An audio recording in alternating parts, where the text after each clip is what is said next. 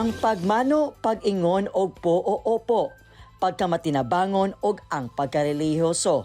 Pipila lamang kini sa atong timailhan isip usa ka Pilipino. Ato paghakin gina-practice karong mga panahona. One Filipino value na ako ang gina-practice right now po is ang pagsulti og po at opo because first of all kung kaniman gud ta o kung always ta mag-ingon og po at opo kay murag mag-encompass man gud ani ang respeto nato sa usa ka tawo. Being conservative, being traditional, o labi na sa tanan wala gihapon nawala ang pagka-hospitable sa mga Filipino. Until now, bisan na atay mga nagkadaiya or baguhan nga mga naw nga mga bisita, ato adayon silang i-accommodate, ato adayon silang i-welcome, dali nato sila nga maabi-abi. Pagpangga sa pamilya o pamatasan, maayong pamatasan, pagtudlos pamatasan sa maayong sa pamilya o kanang paghigugmaon sa mga laing tao.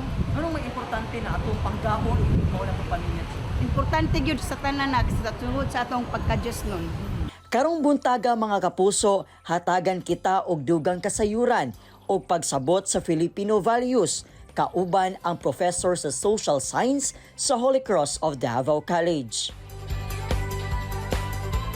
Mayong buntag mga kapuso, subay sa pag-observe sa Filipino Values Month atong makauban si Sir Kevin Bonutan, ang professor sa Social Science dinhi sa Holy Cross of Davao College. Sir, good morning. Good morning, mayong buntag of course at mga kapuso. Alright, so since gina-observe nato kada bulan sa November ang kini Filipino Values Month, ang pangutanan nako kay Sir, kano sa ba nato gisugdan ang pag-observe niini every month of November? Yes, this movement is not just actually proclaimed during 1994, but this was actually a challenge also that time ni President Fidel V. Ramos na mas dagaan pa dyan natong emphasis ang ato ang pagka-Filipino through celebrating the National Filipino Values Month. Ang kaninga month, of course, mas naghatag sa tuog kanang patigayon og emphasis, particularly mente sa ato ang pagka-Filipino kay nagkalain-lain ang ato ang values. Wala kitay isa ka kultura as the whole,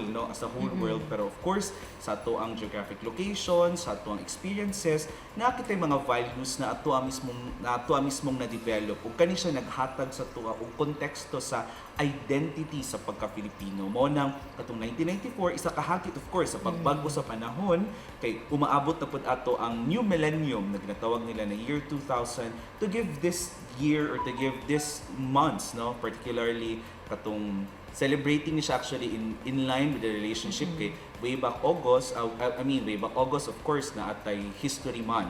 Way back pod sa ato ang May na pod tay Heritage Month. Continuing also mas matagaan atong emphasis this time ang ato ang values mo nang gi-declare atong 1994 ang Filipino Values Month subay dito as a proclamation number 479. Alright. Sukad ba kani adto hangtod karon unsa bay nakita nimo sir nga kining kausaba kun do naman kumusta ba ang pag-practice or pag-embrace sa Filipino values among the Filipinos? Yes, ang konteksto sa ato ang values of course kinagbago kay isa man na siya sa ato ang ginatan of course sa kultura nato kay ang atong kultura as one of the isa sa iyang mga characteristics is nagabago siya. Okay. Pero ang ato ang pagsubay or ang pag-rationalize nato sa atong kultura, wala na to ginawala. Most especially, nakita mga Filipinos, very known kayo ta sa ato ang close family ties. Maskin asa ta mo adto, even ang kanang ato ang mga OFW, nag-create na sila mga Filipino community. Kay, mo man jud na ang known sa tua, even if lagyo kato mga balay, gina-consider gyapon nato sila as silingan in the context of Jaisal Shop o katong mga other sociological aspects na makita nimo na mo dyan na itong pinaka-value na Filipino. Though ni bago siya, of course, in a sense, like for example, karon sa una, known dyan kayo ng pagmano dyan, for sure, na pag gina-practice pagyapon natin, pero ginabago na nato ang context sa itong respeto. Ang uban kay beso na sila, ang uban pod kay kanang lahi ng ilang treatment, but wala na to giwala ang context sa respect which is part sa mga values sa mga Filipinos, most especially nakita jud dako katong pag-treat o pagtratar sa kanang mga sa to kanang mga elders sa to kanang atong mga parents dako katong respeto sa ila o context sa tong respect wala na to giwala, nabag-o lang siya pero wala jud naara jud sa tong pagka-Filipino ang konteksto sa respeto. Exactly. Kini magungkuan, sir, no? Correct me if I'm wrong, Filipino values mo ni identity na to. Yes. Isip pa pagka Filipino. Pero karon na mention nimo ganiha kini pagmano. Pero naagi uban na murag wala na nagamano, 'di ba? As you said, naga-change. Yes, So it naga-change turned siya. out na magbeso-beso. But what are the factors or mga naka-influence, no? Para ma-change, no? Ang pag-change sa context of the Filipino values. Isa sa mga pinaka ana is of course ang atong globalization.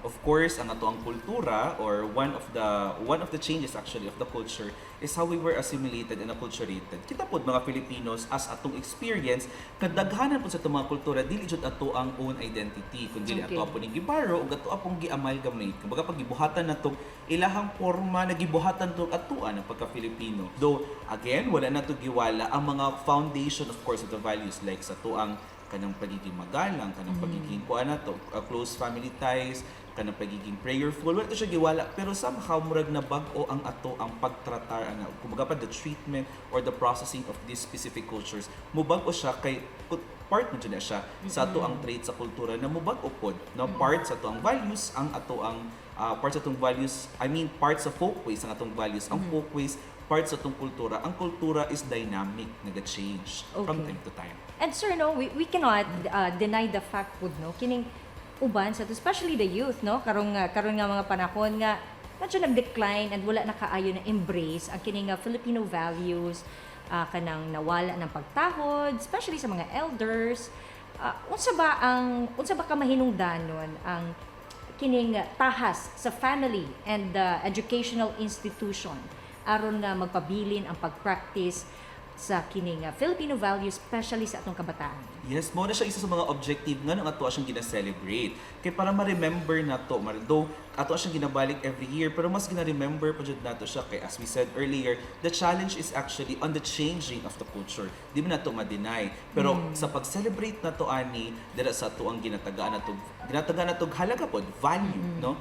Sa motivations of course no to remember everything sa to ang identity as who we are as Filipino mo nang ginatagaan nato ni siya og emphasis mo nang dira sa ato ang basic education dili jud pwede mawala ang ato ang edukasyon sa pagpapakatao kay dira nato gina-inculcate og taman sa taman kung unsa to mga values na dapat nato i-retain unsa tong dapat nato buhaton unsa tong dapat pud nato somehow no kay naman po yung mga values pud kini adto na di na pud siya muhaom sa need karon sa atong society mo na isa sa atong ginatanaw the change is there but there should be things that will also remain which will give of course the emphasis of Filipino identity. All right.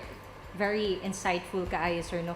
Pero din hita sa platforms, no? Kani yes mga po. social media, unsa ba ang disadvantage and advantage sa social media as a platform para mag-promote and at the same time, unsa po, no? Di po na siguro nato mawala ang fact na medyo na po siya influence, no?